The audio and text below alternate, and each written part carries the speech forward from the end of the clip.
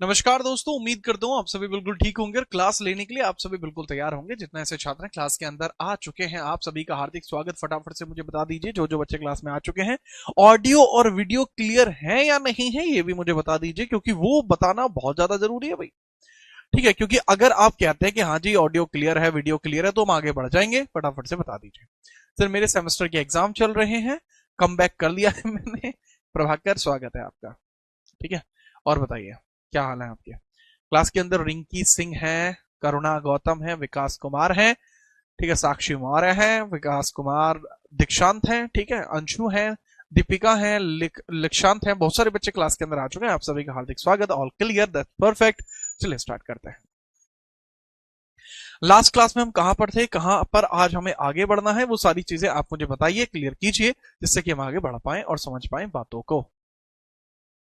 Clear है? राम राम भाई Sachin. Good evening चैल।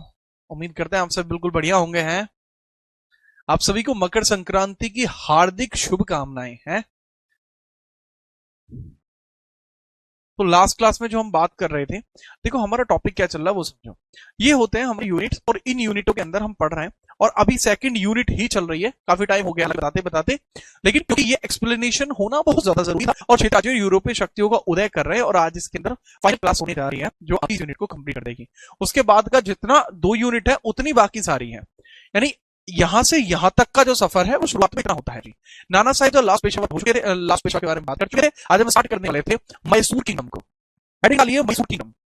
Heading क्या डालिए? मैसूर साम्राज्य। आप हेडिंग डाल लीजिए मैसूर साम्राज्य, मैसूर किंगडम। ये मैसूर किंगडम है जो आप यहाँ एंड की तरफ देख रहे हैं। This is Mysore, this is Mysore. यहाँ पे आपको देखने को मिल रहा है मैसूर किंगडम।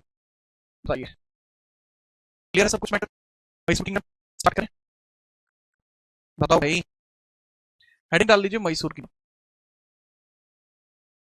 मैसूर किंगडम के बारे में बात करेंगे कि देखो, जो मैसूर साम्राज्य था, यह क्षेत्र पहले विजयनगर का हिस्सा हुआ करता था। यह क्षेत्र, यह क्षेत्र विजयनगर साम्राज्य का हिस्सा था। विजयनगर साम्राज्य का हिस्सा था। विजयनगर साम्राज्य का हिस्सा था। विजयनगर साम्राज्य का हिस्सा था। This area was part of Vijayanagar Empire. ये जो एरिया था, this area was part of Vijayanagar Empire once. This area was part of Vijayanagar Empire. Vijayanagar Empire. This area was part of Vijayanagar Empire. यह क्षेत्र विजयनगर साम्राज्य का हिस्सा था। ठीक है, याद रखना। अब जैसे मैंने बताया विजयनगर का हिस्सा था, लेकिन 1565 में एक दिक्कत होती है जिसकी वजह से मामला खराब हुआ। ठीक है, चलिए। बट अब बफरिंग में क्या दिक्कत है? आवाज अलग सी आ रही है, क्या है आवाज में दिक्कत?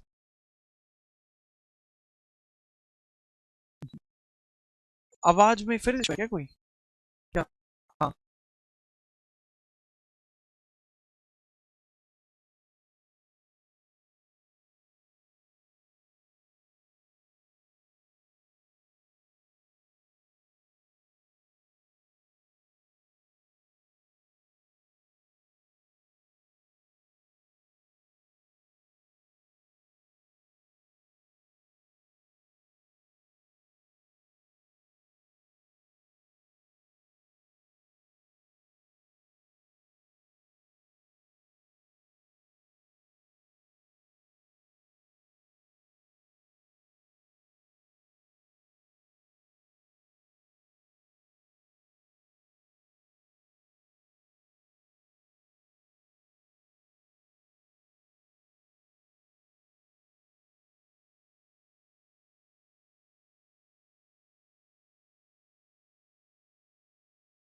बच्चे 2 मिनट में स्टार्ट कर रहे हैं, रुको जरा।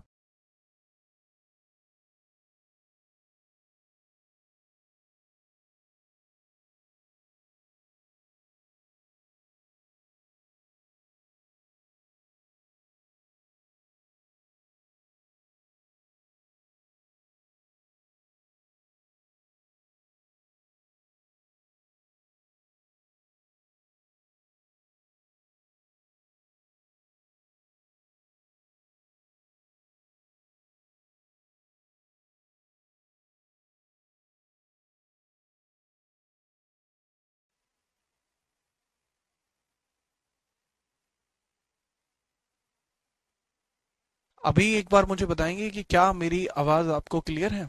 एक बार बता दीजिए। अरे वॉइस तो आ ही नहीं रही होगी ना, रोकी हुई थी, अब बताइए आ रही है या नहीं। ओके।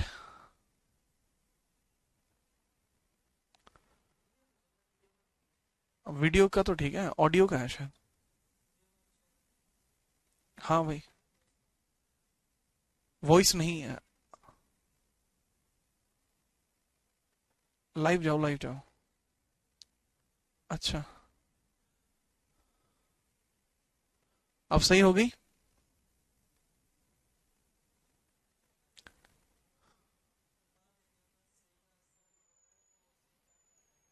हाँ भाई। ठीक है, चलिए स्टार्ट करते हैं। जो है चेक करके देख रहे हैं कि सब बढ़िया है नहीं। तो अब बात क्या होती है भाई, यहाँ पे विजयनगर साम्राज्य का हिस्सा था क्या मैसूर। और बात है 1565 की, 1565 की। 1565 में आपको एक बैटल देखने को मिलता है, battle of Tungabhadra. Battle of Tungabhadra. Tungabhadra. Battle of Tungabhadra या फिर राक्षसी तागड़ी, राक्षसी तागड़ी, ठीक है, या ये नाम दिए जाते हैं। इस बैटल के अंदर एक तरफ विजयनगर था और दूसरी तरफ कौन था, बहमनी। एक तरफ विजयनगर था और दूसरी तरफ बहमनी था। और इस युद्ध में हमें यह पता लगा कि विजयनगर एम्पायर इस बैटल को हार जाता है, लॉस्ट। उसी के बाद विजयनगर एम्पायर का डिक्लाइन होता चला गया। और जब उसका डिक्लाइन हुआ था, जब उसका डिक्लाइन हुआ था, उसके बाद ही मैसूर किंगडम राइज हुआ। जैसे मैंने बताया कि जैसे इसका डिक्लाइन हुआ, इस क्षेत्र का डिक्लाइन हुआ, अब लिखना। इसके बाद विजयनगर गिरता चला गया। इसके बाद विजयनगर का पतन हो गया। विजयनगर का पतन प्रारंभ हुआ, प्रारंभ हुआ। और इसी के बाद ही, और इसी के बाद ही, इसी के बाद मैसूर बना। इसी के बाद मैसूर बना। तो मैसूर बना कैसे, आई गेस कि आप समझ पाए होंगे मैसूर कैसे बना।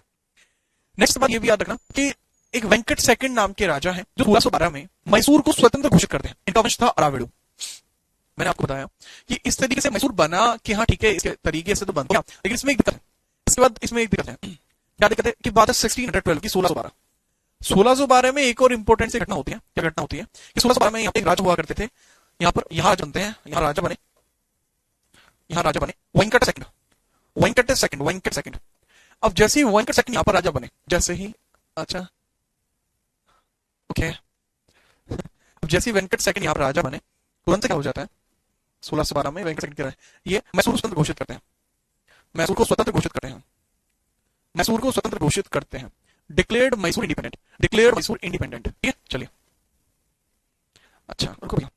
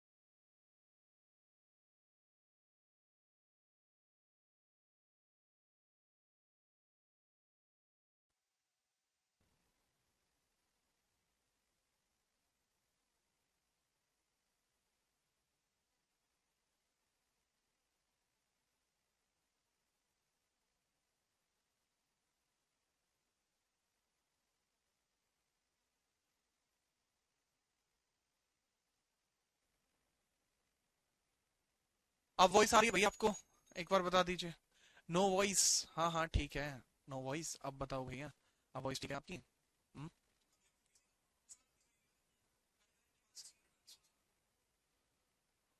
अभी भाई सही हो रहा है, रुक जाओ। हे प्रभु श्री कृष्ण जगन्नाथ परमानंद में क्या हुआ? अरे भाई हो रहा है ना, हैं? ठीक है। आपकी आवाज आ रही है तो भाई बताओ, आगे मैं आगे बढ़ता हूँ, इसके बाद मैं बताता हूँ वेंकट सिंह का क्या हुआ।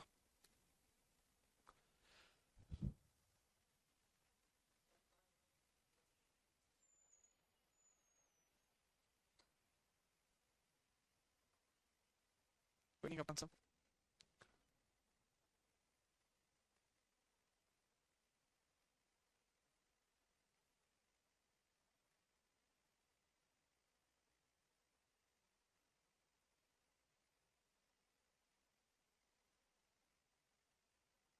भाई 2 मिनट रुकिएगा, 2 मिनट में रिकनेक्ट कर हो रही है क्लास, ठीक है, हम इसको चेंज कर रहे हैं।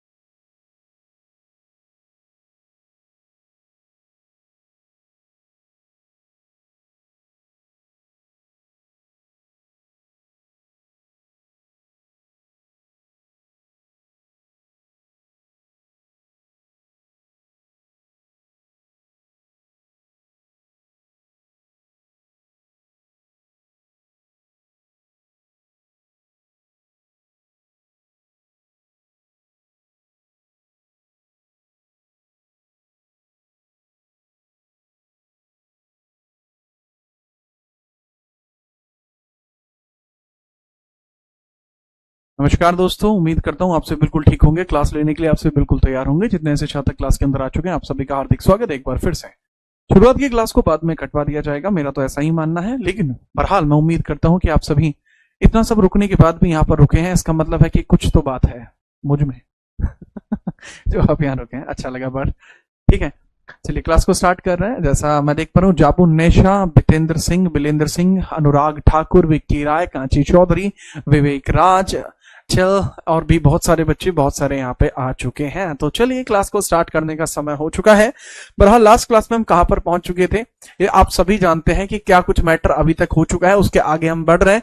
मराठा एम्पायर कंप्लीट हो चुका था और मराठा एम्पायर से आगे अब हम जा रहे थे, और उसको जहां पर हम आगे बढ़ रहे थे वो बात थी मैसूर डायनेस्टी। तो मैसूर को हम बेसिकली यहां पढ़ने वाले थे, तो कृपया करके हेडिंग डाल लीजिए मैसूर एम्पायर। हेडिंग डाल लीजिए मैसूर एम्पायर। तो मैसूर एम्पायर के बारे में कृपया करके समझना शुरू करें। मैसूर एम्पायर क्या था? मैसूर एम्पायर क्या था? दरअसल ये एक ऐसा एम्पायर था जो एक समय पहले, कुछ समय ऐसा था कि विजयनगर का हिस्सा हुआ करता था। यह पहले विजयनगर का हिस्सा था। यह पहले विजयनगर का हिस्सा था।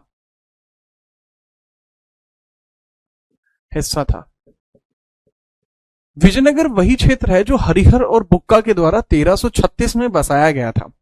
अब 1336 में इसके बसाए जाने के पश्चात, 1336 में इसके बसाए जाने के पश्चात विजयनगर एम्पायर का डिक्लाइन होना शुरू हुआ। ठीक है, चलिए विजयनगर एम्पायर का डिक्लाइन होना शुरू हुआ। विजयनगर एम्पायर का डिक्लाइन होना शुरू हुआ। वो डिक्लाइन कैसे होना शुरू हुआ वो बताइए।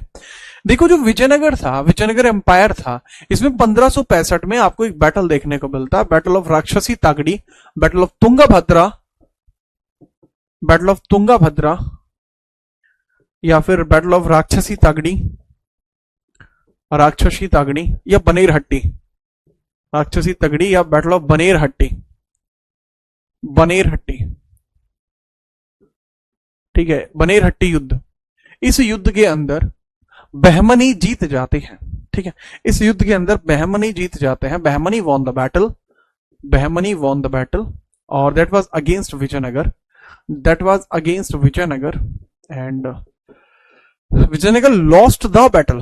विजयनगर इस युद्ध को हार जाते हैं, और जैसे ये हारते हैं, इसके बाद विजयनगर साम्राज्य धीरे धीरे टूटता चला गया। इसके बाद विजयनगर टूटता चला गया। इसके बाद विजयनगर टूटता चला गया, टूट गया। इसके बाद विजयनगर टूट गया। अब 1612 में एक शासक हुआ करते थे वेंकट सेकंड। 1612 में एक राजा थे वेंकट सेकंड, एक राजा थे वेंकट सेकंड। इनके द्वारा मैसूर को स्वतंत्र घोषित कर दिया जाता है। ठीक है, चलिए, ठीक है, चलो बेटा गौरव थोड़ा दिमाग भी लगा लिया करो बाबू। जब रजिया सुल्तान का टेन्योर 1236 से 40 है तो 1540 में हो ही नहीं सकता, 1240 होना चाहिए था। थोड़ा दिमाग का भी यूज कर लो बाबू, है गौरव? समझते नहीं हो बिल्कुल भी यार। वैसे भी यहां रजिया सुल्तान चल रहा है क्या ये, है भाई? गौरव बेटा मैं तो आपको समझदार समझता था। 1612 में एक राजा थे जिनका नाम था वेंकट सेकंड। वेंकट सेकंड, तो जो वेंकट सेकंड आपको बाबू यहां देखने को मिल रहे थे, वेंकट सेकंड, इनके समय में ही, इन्हीं के समय में मैसूर किंगडम स्वतंत्र घोषित होता है। इन्हीं के समय में, इन्हीं के समय में, इन्हीं के समय में मैसूर स्वतंत्र घोषित हुआ। मैसूर स्वतंत्र घोषित हुआ, घोषित हुआ। मैसूर स्वतंत्र घोषित हुआ। ठीक है, चलिए क्लियर है जी? हाँ ठीक है। ये बनेर हट्टी लिख रखा है मैंने, बनेर हट्टी, बनेर हट्टी का बैटल, बनेर हट्टी बैटल। ठीक है, स्वतंत्र घोषित हो गया, डिक्लेयर्ड इंडिपेंडेंट, क्या? मैसूर। और क्योंकि वेंकट जो थे, वेंकट द्वितीय, इनका जो वंश था वो वडियार वंश था। इनका वंश कौन सा था? वडियार वंश था, वडियार। तो वडियार वंश के कारण यहां पे जिस वंश की शुरुआत हुई वो वडियार ही कहलाए, या वोडियार वंश हुआ करता था तो वो वोडियार ही कहलाए। ठीक है, चलिए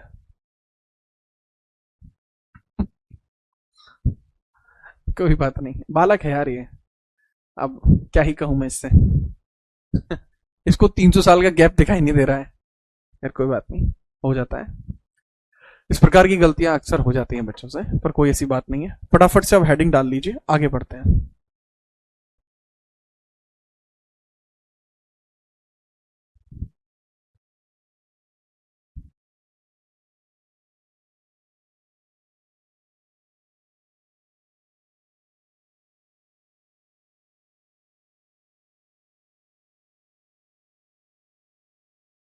ठीक है, चलिए,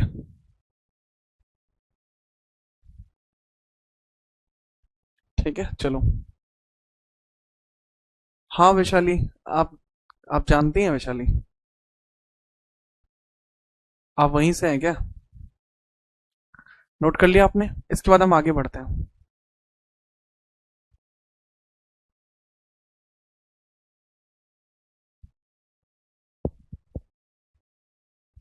ठीक है, चलिए चलिए, इसके बाद क्या होता है? जैसा मैंने बताया, इसके बाद यहां जो स्थायी शासन की शुरुआत होती है वो होने में समय लगा। स्थायी शासन की जो शुरुआत होती है उसके बारे में याद रखना, वो चिक्का देवराज के समय होती है। चिक्का देवराज 73 से लेकर 1704। स्थायी शासन की शुरुआत, स्थायी शासन की शुरुआत, स्थायी शासन की शुरुआत चिक्का देवराज के समय में। Establish rule started in, establish rule started in which year? मैंने बताया कि 1673 की बात कर रहे हैं।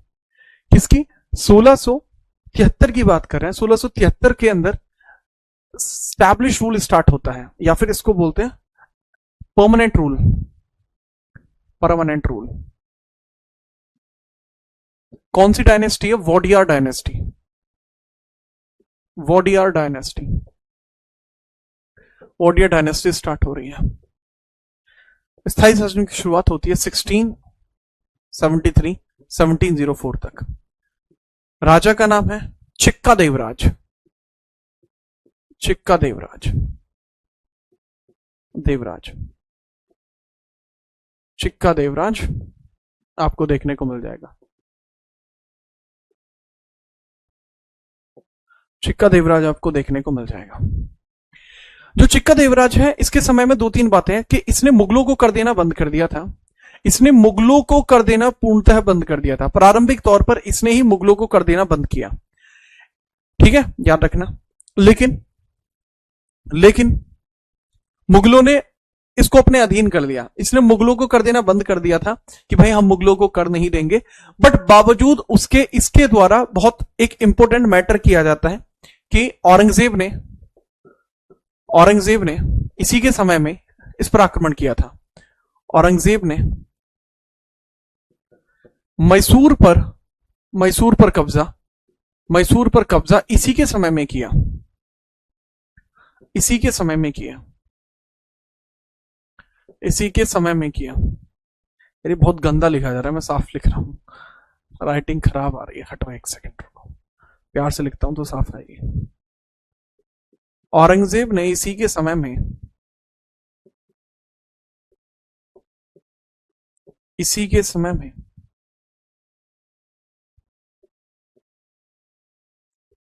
औरंगजेब ने इसी के समय में 1704 में मैसूर पर कब्जा किया, या मैसूर को मुगल वंश के अधीन किया। मैसूर को मुगल वंश के अधीन किया, मुगलों के अधीन किया,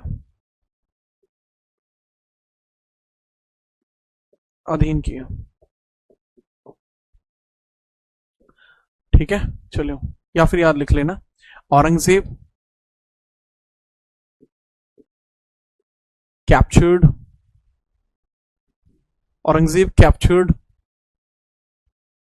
मैसूर in his 1704 expedition।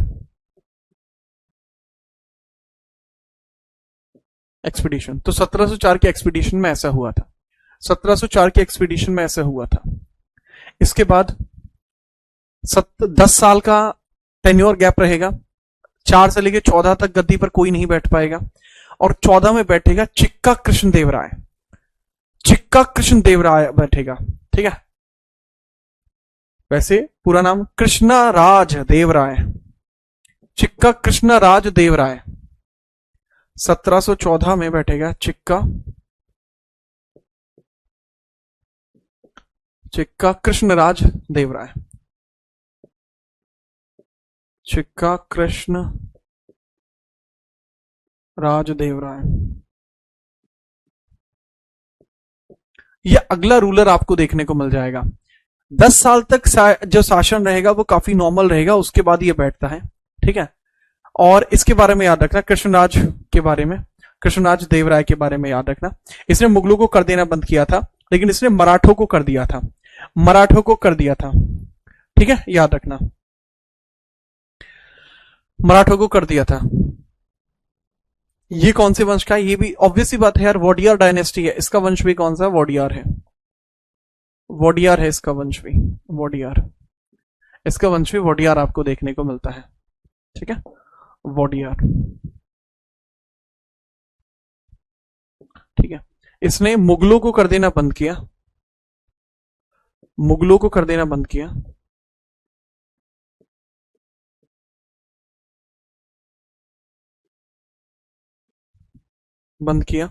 लेकिन इसने मराठों को कर दिया था, मराठों को कर दिया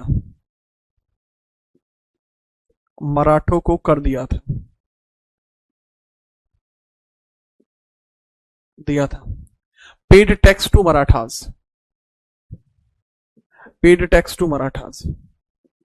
ट्रिब्यूट टैक्स, या टैक्स लिख लीजिए सीधा, टैक्स टू मराठास, ठीक है।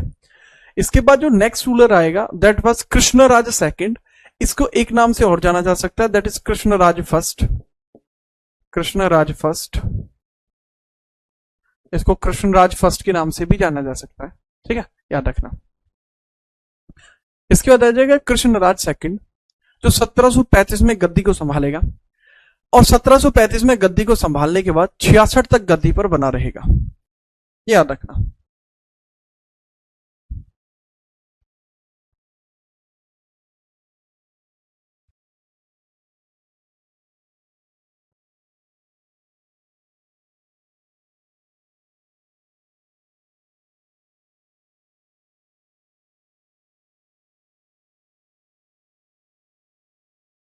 ठीक है, चलो।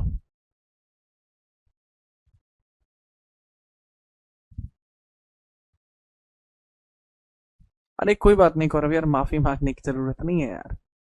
आप हमारी क्लास के खास छात्र होने के बाद माफी मांग रहे हैं, नहीं नहीं, ये गलत है, माफी मत मांगिए, टेंशन मत।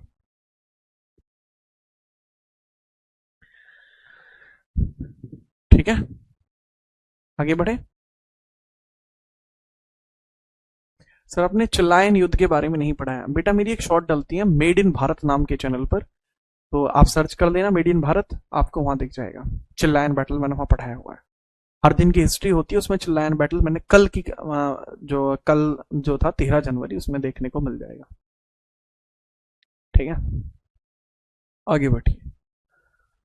अब बात क्या होती है बाबू, यहां आता है कृष्णराज सेकंड। कृष्णराज ये फर्स्ट है, कृष्णराज फर्स्ट। अब जाएगा कृष्णराज सेकंड, कृष्णराज सेकंड,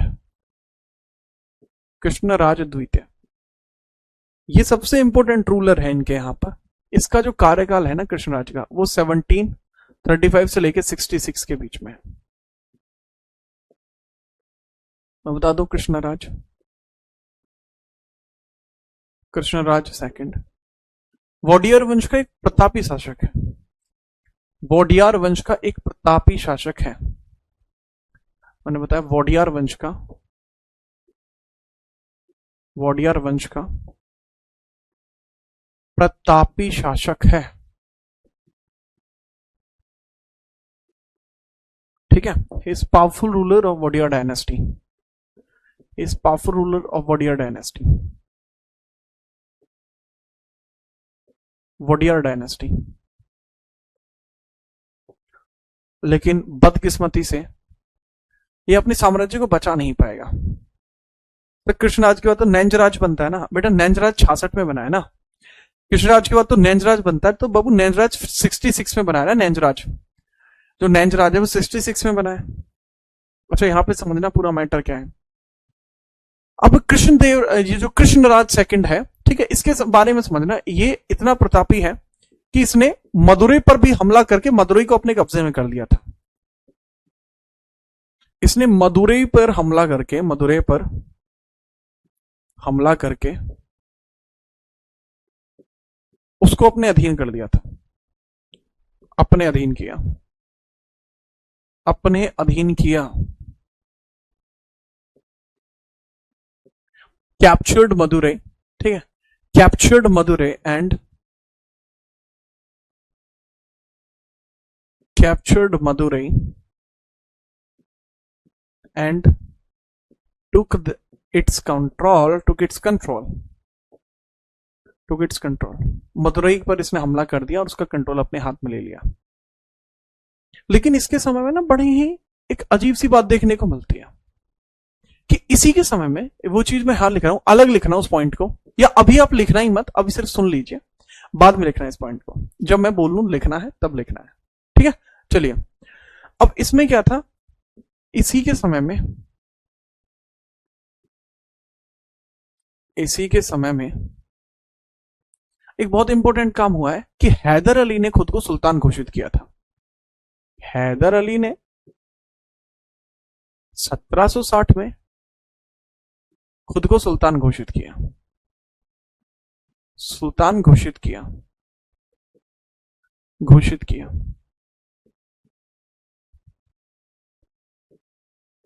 ठीक है, तो ये इसी के समय में हुआ है। हैदर अली डिक्लेयर्ड हिमसेल्फ सुल्तान, हैदर अली डिक्लेयर्ड हिमसेल्फ सुल्तान। सुल्तान कैसे हो पाया वो समझाते हैं। दरअसल जब इसने मदुरई पर कब्जा किया तो मदुरई के अंदर जो डायनेस्टी चला करती थी उसके अंदर नैंजराज नाम के रूलर आपको देखने को मिलते थे, नैंजराज नाम के रूलर देखने को मिलते थे, याद रखना। ठीक है, अब यहां पे आपको थोड़ा सा समझना होगा। ठीक है, यहां पर आपको थोड़ा सा समझना होगा, काफी इंपोर्टेंट बात हो जाएगी कि यहां पे एक व्यक्ति थे जिनका नाम था नैंजराज वोडियार, नैंजराज वोडियार जो वित्त मंत्री थे मदुरई के। तो जब इन्होंने मदुरई पर कब्जा किया तो वहां के वित्त मंत्री नैंजराज वोडियार उसको अपने यहां लाए और उसको अपने यहां वित्त मंत्री बना लिया। इन्होंने क्या काम किया था कि नैंजराज वोडियार को जब मदुरई पर गए, मदुरई का वित्त मंत्री जो था, फाइनेंस मिनिस्टर जो था, वित्त मंत्री जो था, ठीक है, फाइनेंस मिनिस्टर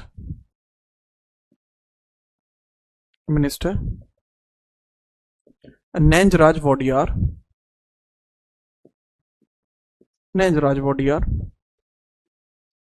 तो नैंजराज वोडियार को इन्होंने अपने प्रशासन में जगह दी, अपने प्रशासन में जगह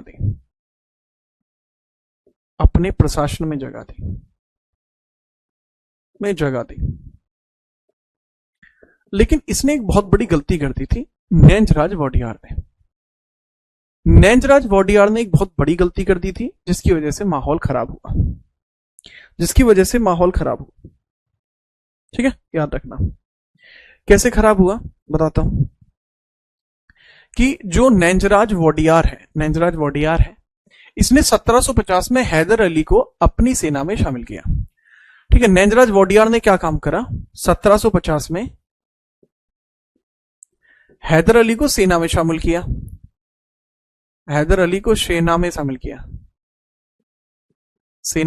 किया, क्योंकि उसने अच्छा काम दिखाया, एम्बिशंस दिखाई, तो 1755 में हैदर अली को डिंडीगुल एक स्थान है, डिंडीगुल का सूबेदार बनाया। हैदर को डिंडीगुल का सूबेदार बताया, डिंडीगुल सूबेदार बनाया। डिंडीगुल एक स्थान है, डिंडीगुल क्या है, एक स्थान है। उसने डिंडीगुल को इसको सूबेदार बना दिया था, डिंडीगुल का सूबेदार बनाया। बस 1761 में हैदर अली ने मैसूर पर कब्जा कर लिया। 1761 में Hyder Ali captured, declared him independent. 1761 में हैदर अली ने खुद को क्या, इंडिपेंडेंट घोषित कर दिया, स्वतंत्र घोषित कर दिया, स्वतंत्र सुल्तान घोषित कर दिया, स्वतंत्र सुल्तान उसने अपने आप को घोषित कर दिया,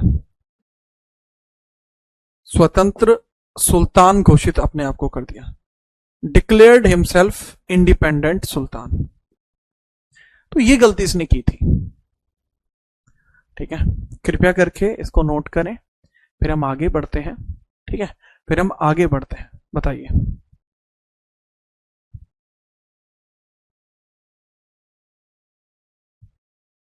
ठीक है, हैदर अली को 60 में बनाया था। ठीक है, इसको 60 में बनाया था, 61 में। ठीक है, 60 इज ओके, क्योंकि 61 में तो इसने अटैक कर दिया था। 60 सही है। अच्छा, और बताओ कैसे हो आप लोग? सर आप गुस्से में आ रहे? मैं बिल्कुल भी गुस्से में नहीं हूं भाई, कैसी बात कर रहे हैं आप? मैं एकदम नॉर्मल हूं। बस वो होता क्या है ना कई बार कि यार मेरी क्लास पे ना टेस्ट एक्सपेरिमेंट चल रहे थे। एक्सपेरिमेंट कैसे कि मतलब कमेंट बच्चों की सर्वर लोड ले सकता है या नहीं ले सकता है, तो नया सर्वर ट्राई करके देख रहे थे। वो सुबह वाली क्लास में भी ट्राई करके देखा था, 2-3 क्लासेस में, और इस क्लास में भी ट्राई करके देखा था, और इस वजह से यहाँ पर ऐसा हुआ कि मैटर हो गया, बातें नहीं हो पाई ठीक। तो क्लास दोनों है, सुबह वाली भी ऐसे ही होगी थी। ठीक है, एक्सपेरिमेंट था, मैं एक्सपेरिमेंट ही हूँ जी। I am just experiment thing. खैर कोई नहीं, आप नोट कर दीजिए, आगे बढ़ते हैं।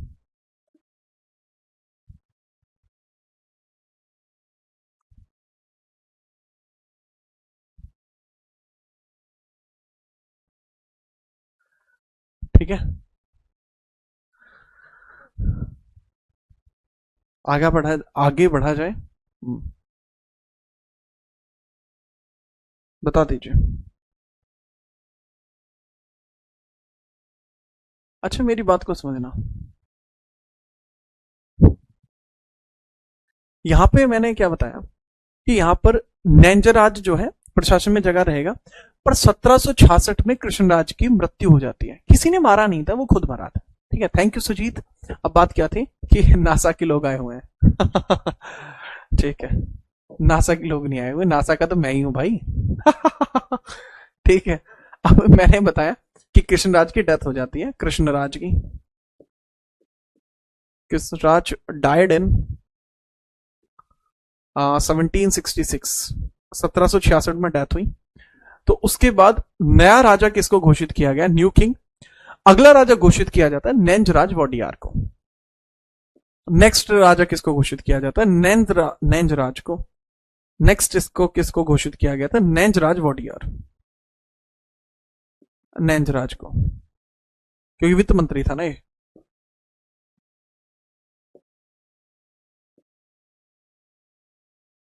अब नेंजराज वोडियार जो था, इसके पास जो टेन्योर रहा है, ठीक है, इसके पास जो टेन्योर रहा है वो 1766 से 70 तक रहा, और 70 में पूर्णतः हैदर अली ने अपना प्रभाव जमा दिया। 70 में नेंजराज भी हट जाता है। उसके बाद 1770 के बाद मैसूर पूर्णतः हैदर अली के अधीन हो गया। मैसूर पूर्णतः हैदर अली के अधीन, हैदर के अधीन हो गया, पूर्णतः हैदर अली के पास, हैदर के पास चला गया। ठीक है, तो ये कुछ यहां पे देखने को मिला था। ठीक है, चलिए, ठीक है, चलो अब हम हैदर अली के बारे में बात करते हैं कि हु इज हैदर अली। एकदम से बीच में कहां से आया ये? कौन है हैदर अली? कैसे आया हैदर अली? तो उसकी हम बात करने वाले हैं। जैसे आप बता देंगे तुरंत स्टार्ट कर देंगे।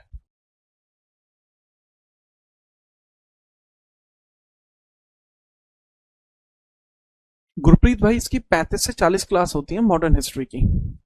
मेडाइवल की 30 होती हैं, वो हो चुकी हैं। और भाई मॉडर्न की क्लास होती है आपकी वही 35 से 40 के बीच में। सर जी भोजपुरी बोलते हैं? यार भोजपुरी आती नहीं है मुझे, बात यह है दिक्कत, वही आता है मुझे। कैसन बा, मजा बनी, बस मुझे ही आता है।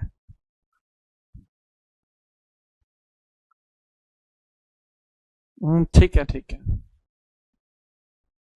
मलिक साहब कहाँ गए? पहले ये नोट कर लो। नोटेड? ठीक है, फटाफट बताइए। इसके बाद हेडिंग डालिए हैदर अली। ये बात आपको समझ में आई? हैदर अली।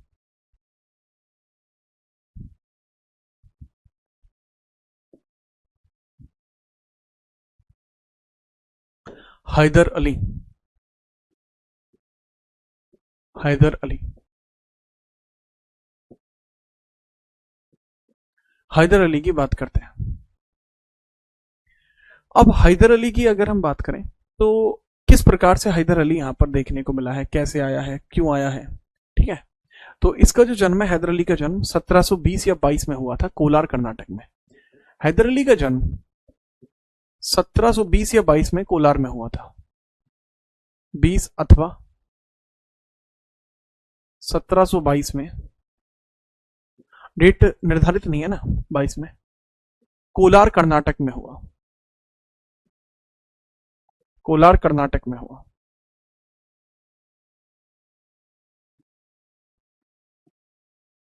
कोलार कर्नाटक में हुआ। ठीक है, अब जब भाई इसका जन्म होता है, याद रखना इसके पिता का नाम पूछा जा सकता है, तो फतेह मोहम्मद इसके पिता का नाम है। ठीक है, चलिए, पिता का नाम क्या है? फतेह मोहम्मद। हैदर अली के पिता का नाम क्या है? फतेह मोहम्मद, फतेह मोहम्मद है, मोहम्मद। ठीक है, याद रखना, तो इसके पिता का नाम है फतेह मोहम्मद, फतेह मोहम्मद। ठीक है सर। अच्छा, हैदर अली के बारे में कई सारी चीजें हैं जैसे आप याद रखेंगे हैदर के बारे में। हैदर अली, हैदर अली के बारे में जैसे आप समझेंगे और याद रखेंगे, ठीक है, कि भाई इसको 1950 में नेंजराज के द्वारा सेना में शामिल किया गया था। 55 में डिंडीगुल का फौजदार बनाया गया था। जैसे मैंने बताया, इसको 1750 में नेंजराज ने सेना में, नेंजराज ने सेना में शामिल किया था, शामिल किया, और 1755 में इसको डिंडीगुल का 1755 में डिंडीगुल का, डिंडीगुल कर्नाटक में ही एक स्थान पड़ता है डिंडीगुल। ठीक है, चलिए। लाइट ज्यादा हो रखी है, पहले क्यों नहीं बताया आपने? पहले भी तो बता सकते थे ये बात है। हाँ, 1755 में डिंडीगुल का सूबेदार बना, सूबेदार बना ये। कहाँ का सूबेदार बना? डिंडीगुल का सूबेदार बना। ठीक है, याद रखना। अब जब ये डिंडीगुल का सूबेदार बनता है तो पूरा डिंडीगुल इसके पास था। इसके बाद इसने खांडेराव नाम के व्यक्ति को अपना सलाहकार बनाया। खांडेराव नामक ब्राह्मण को अपना खास सलाहकार बनाया।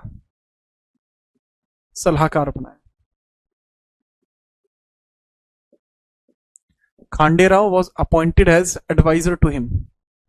Khanderao appointed as advisor to him. Khanderao appointed advisor to him. Advisor to him कि एडवाइजर के तौर पर वो शामिल कर दिया गया है। ठीक है, चलिए, क्लियर बात है जी। याद रखना, खांडेराव ने इसको सलाह दी थी कि अगर तुम वास्तविकता में राजा बनना चाहते हो तो तुम्हें पूरे मैसूर पर कब्जा करना होगा, मैसूर पर कब्जा करना होगा। तो इसी के कहने पर इसने क्या किया था? खांडेराव के कहने पर इसने डिंडीगुल के अंदर अपना एक शस्त्रागार बनवाया था फ्रांस की सहायता से। मैंने क्या बताया? खांडेराव के कहने पर इसकी सलाह से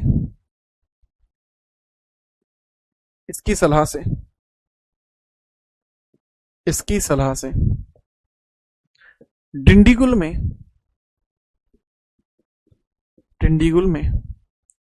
फ्रांस की सहायता से शस्त्रागार बनवाया। इन्वेंट्री, जहां हथियार रखे जाते हैं, शस्त्रागार बनवाया।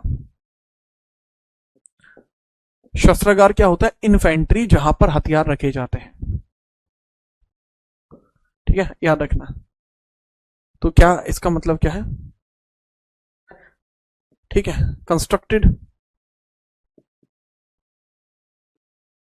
Constructed infantry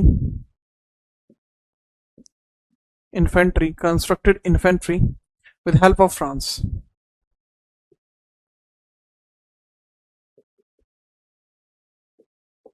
help of France. और इसी वजह से, क्योंकि इसने फ्रांस की हेल्प ली थी, इसी वजह से क्या होता है, क्या हुआ? रुक क्या? अब कैसे रुक जाएगा भाई? अब तो सर्वर भी ठीक है।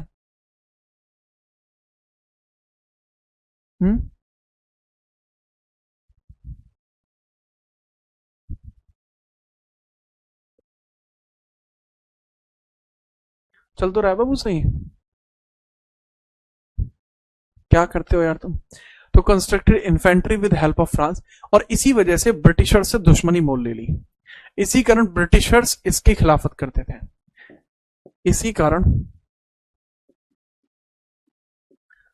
ब्रिटिशों से दुश्मनी हुई,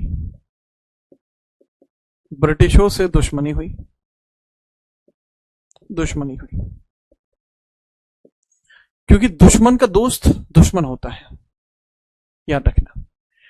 अब जिस तरीके से यहां पर मैंने आपको ये बात बताई कि हाँ भाई इस तरीके से आपको यहां देखने को मिल रहा है।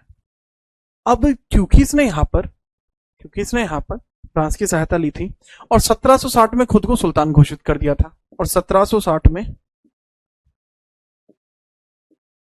स्वयं को मैसूर का सुल्तान घोषित किया।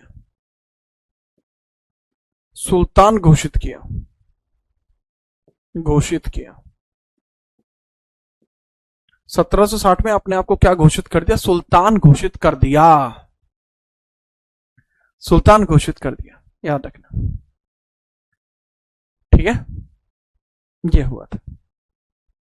अब एक बात समझना कि ब्रिटिशर्स में और मैसूर के मध्य 4 बैटल्स की श्रृंखला देखने को मिलती है। There was series of 4 battles between जो ये है अपने मैसूर है और ब्रिटिशर्स है। तो 4 बैटल्स बैटल्स की सीरीज है, उसको अब हम देखने वाले हैं। बताइए, अब बताइए जी, क्या हाल है आपके? बताओ फटाफट से।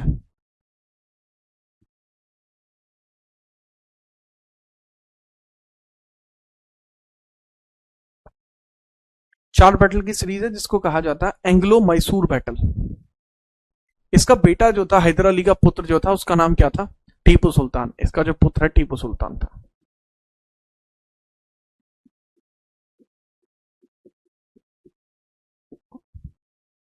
ठीक है, जी हाँ।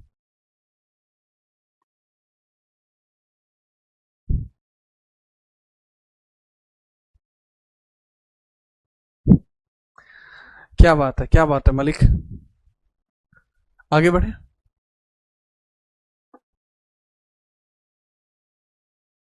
हम्म, सर हैदर अली जो है, हैदर अली की मृत्यु भी कराएंगे, टेंशन मतलब। इसकी मृत्यु भी कराई जाएगी हैदर अली की, कैसी बात करो, 82 में से मरवा भी देंगे। टेन्योर की अगर मैं बात करूं, ठीक है, सुल्तान की भांति इसका कार्यकाल जो है, सुल्तान मैसूर का सुल्तान हैदर अली कब तक रहा है? हैदर अली कब से कब तक रहा है? 1760 से लेकर 82 तक, 22 साल। ठीक है, चलिए। ठीक है, क्या ये मुस्लिम था बेटा? नाम से पता नहीं लगा आपको? क्या आपको नाम से पता नहीं लगा? खैर, 4 बैटल्स की श्रृंखला आपको देखने को मिलेगी। इसके बाद आप देखेंगे 4 Anglo Mysore battle. Anglo Mysore battle,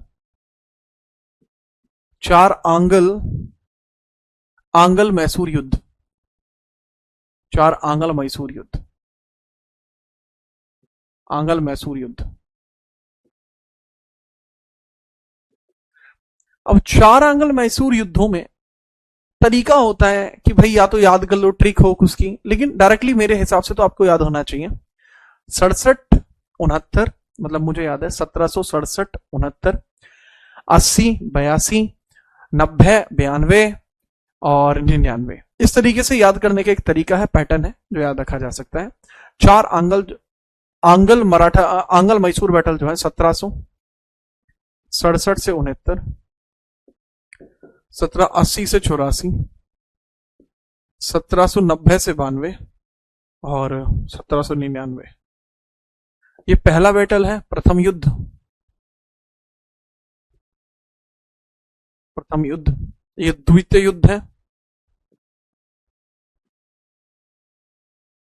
ये तृतीय युद्ध है, ये चतुर्थ युद्ध है।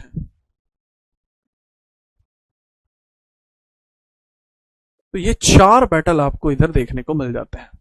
ये 4 बैटल इधर आपको देखने को मिल जाते हैं। ठीक है, चलिए। सर 1760 में कृष्णराज जिंदा थे, उनके रहते हुए उसने खुद को सुल्तान कैसे घोषित किया? बाबू, उसने अपने आप को डिंडीगुल से ही शासक घोषित कर दिया था, बाद में बैटल लड़ा था। उम्मीद करता हूं आप ये बात समझ पाए होंगे। इनके बैटल्स में क्या कुछ हुआ है, कैसे कैसे हुआ है, उसके बारे में बात करते हैं कि कौन जीता, कैसे जीता। ठीक है, वो हम बात करते हैं। कौन कौन क्या क्या, कुछ इंपॉर्टेंट इवेंट्स भी देखेंगे। अभी मत लिखना, कृपया सिर्फ थोड़ा सा लिख लीजिए कि इसमें किस किस के मध्य है। एक तरफ हैदर है, एक तरफ ब्रिटिश है। कौन जीतता? Hyder won the battle. Winner कौन है? विनर, विनर के बाद इसका रिजल्ट क्या है? विनर तो हो गया। उसके बाद इसमें महत्वपूर्ण बात क्या है, महत्वपूर्ण तथ्य क्या है फिर इसका? अगला भी हैदर वर्सेस ब्रिटिश है, फिर उसके बाद टीपू वर्सेस ब्रिटिश है, ब्रिटिश है, फिर टीपू वर्सेस ब्रिटिश है।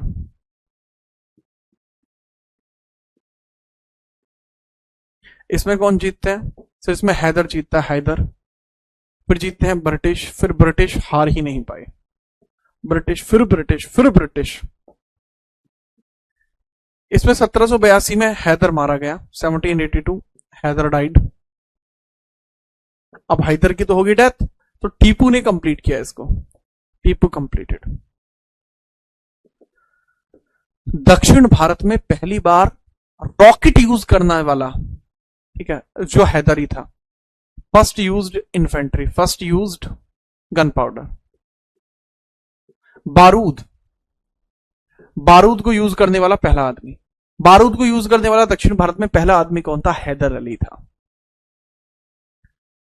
ठीक है, चलिए बताइए, अगर ये चीज क्लियर है तो बताओ।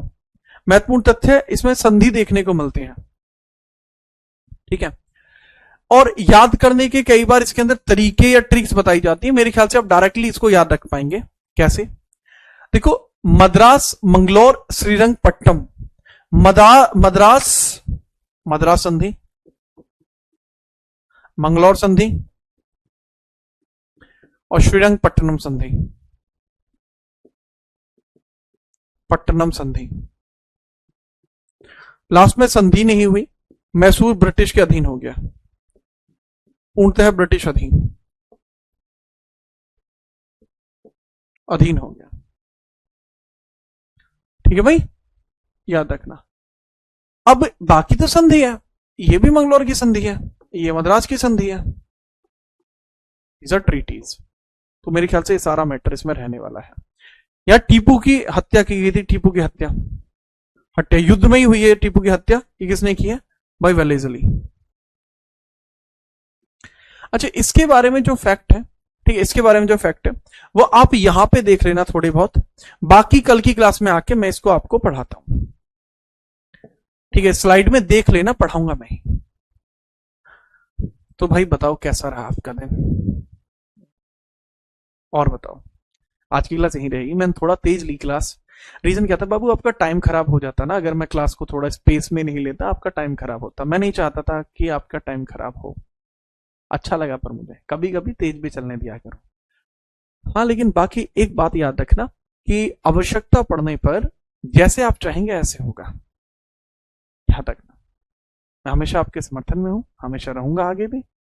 और मैं जानता हूं वसुधा का नेता कौन हुआ, भूखंड विजेता कौन हुआ? रामधारी सिंह दिनकर। ठीक है ना, जिसने कभी आराम किया, ठीक है, तानों में तप कर काम किया। ठीक है, चलिए याद रखिएगा। तो याद रखना, बाकी आप सीरीज फॉलो कर सकते हैं, मेड इन भारत, और इसके अलावा आप सीरीज किंग्स ऑफ इंडिया की सीरीज भी फॉलो कर सकते हैं, जो मेरे इंस्टाग्राम GTRANA.77 पर चल रही है। ठीक है, चलो